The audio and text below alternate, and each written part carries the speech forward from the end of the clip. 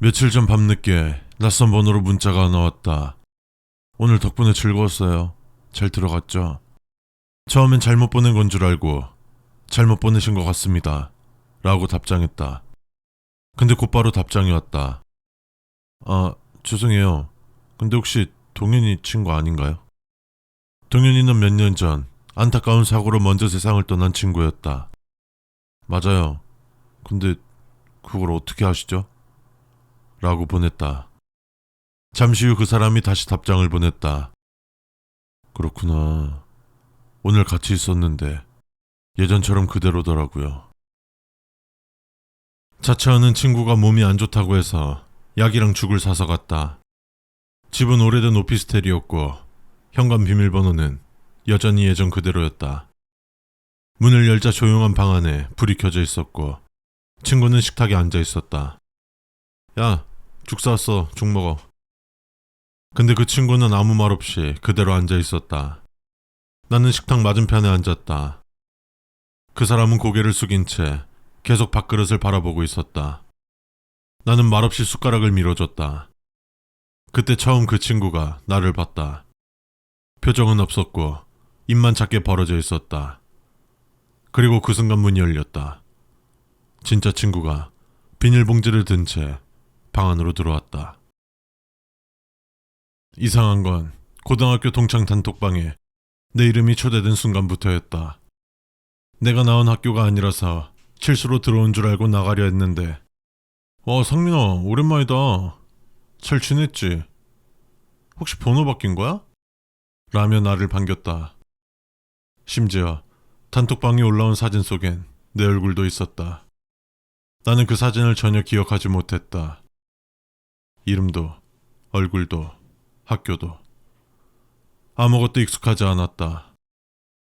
그날 밤 단톡에서 가장 활발하게 나를 반기던 사람에게 용기 내서 개인톡을 보냈다. 실례지만 제가 왜 아무것도 기억 못하는지 모르겠어요. 답장이 왔다.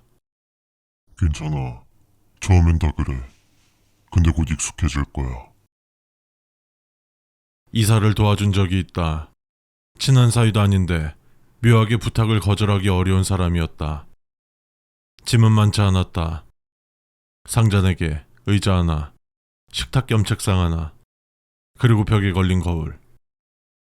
짐 옮기고 나서 작은 라면집에 들어가 조용히 밥을 먹었다. 그 사람이 말했다. 고마워요. 사실 이사할 때 사람한테 부탁한 적 처음이에요. 그날 밤 그 사람이 보낸 메시지를 받았다. 상자 4개, 의자 하나, 식탁 하나. 다 잘 정리했어요.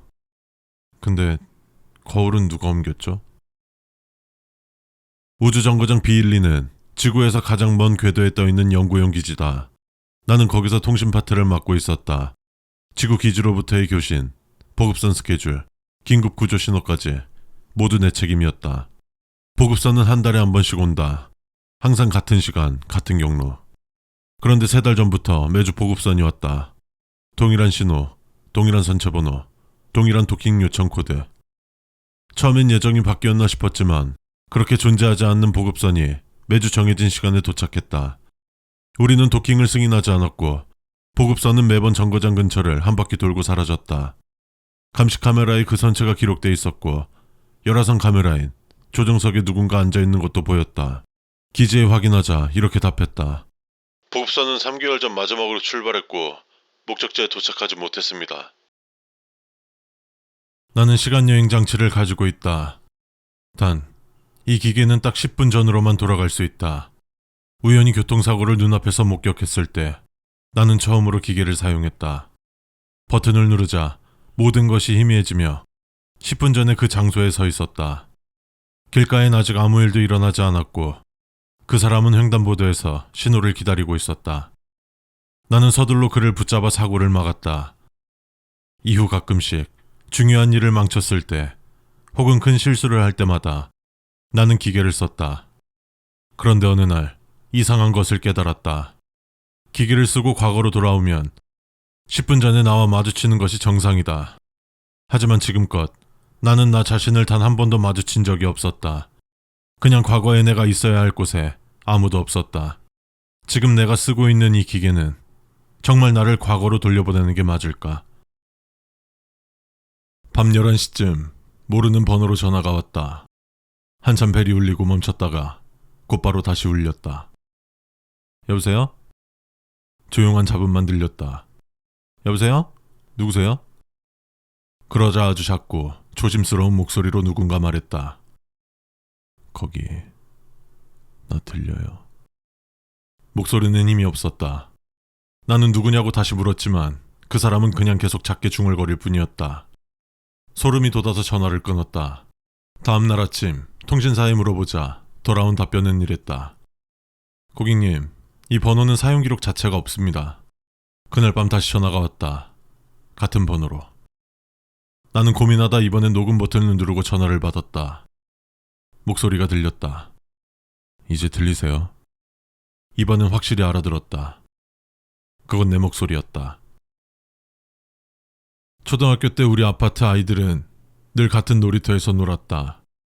여름에 진력이면 숨바꼭질을 했다. 그날도 우리 7명은 숨바꼭질을 했다. 술래가 숫자를 셀 동안 우린 근처 골목, 주차장, 놀이터 구석에 숨어들었다. 시간이 지났고 하나둘씩 찾았고 마지막으로 나랑 친한 친구 성민이만 찾으면 끝이었다. 성민이는 늘 놀이터 근처에 숨었기 때문에 금방 찾을 줄 알았다. 그런데 성민이를 아무리 불러도 대답이 없었다. 모두가 뛰어다니며 성민이를 찾았다. 결국 어른들까지 나와 온 동네를 뒤졌다. 한참이 지나자 아이들 중 누가 성민이를 찾았다 했다. 모두 안도하며 다들 집으로 들어갔다. 그런데 다음날 성민이는 학교에 나오지 않았다. 그날 이후로 성민이를 다시 보지 못했다. 며칠 뒤 내가 친구들에게 물었을 때 모두가 어리둥절한 표정을 지으며 말했다. 성민이가 누구야? 늦은 밤 방에서 컴퓨터를 하고 있었다. 집에는 나 혼자 있었다. 헤드폰을 끼고 게임을 하다가 펜을 떨어뜨렸다. 책상 아래로 손을 뻗었는데 무언가 손끝에 닿았다. 마치 사람의 손 같은 느낌이었다. 순간 놀라서 손을 확 뺐다. 조심스럽게 책상 아래를 들여다봤다. 아무것도 없었다. 분명 뭔가가 닿았었는데. 조금 후 다시 펜을 주우려 몸을 숙이자 이번엔 책상 밑에서 조용히 들려왔다. 아직 여기 있어. 엘리베이터 버튼을 누르고 기다렸다. 문이 열렸고 안에는 아무도 없었다. 15층을 누르고 가만히 기다렸다. 10층쯤 올라갔을 때 갑자기 엘리베이터가 멈췄고 누르지도 않은 9층이 눌리며 9층으로 내려갔다. 문이 열리고 아무도 없었다. 뭔가 불길해서 서둘러 닫힌 버튼을 눌렀다. 닫힌 엘리베이터가 다시 움직였다. 그런데 11층, 12층, 내가 누르지 않은 층마다 멈춰섰다. 문이 열릴 때마다 복도엔 아무도 없었다. 그리고 14층, 문이 열리자 내 귀에만 작은 목소리가 들렸다. 드디어 왔네. 나는 엘리베이터 안에 혼자 있었다.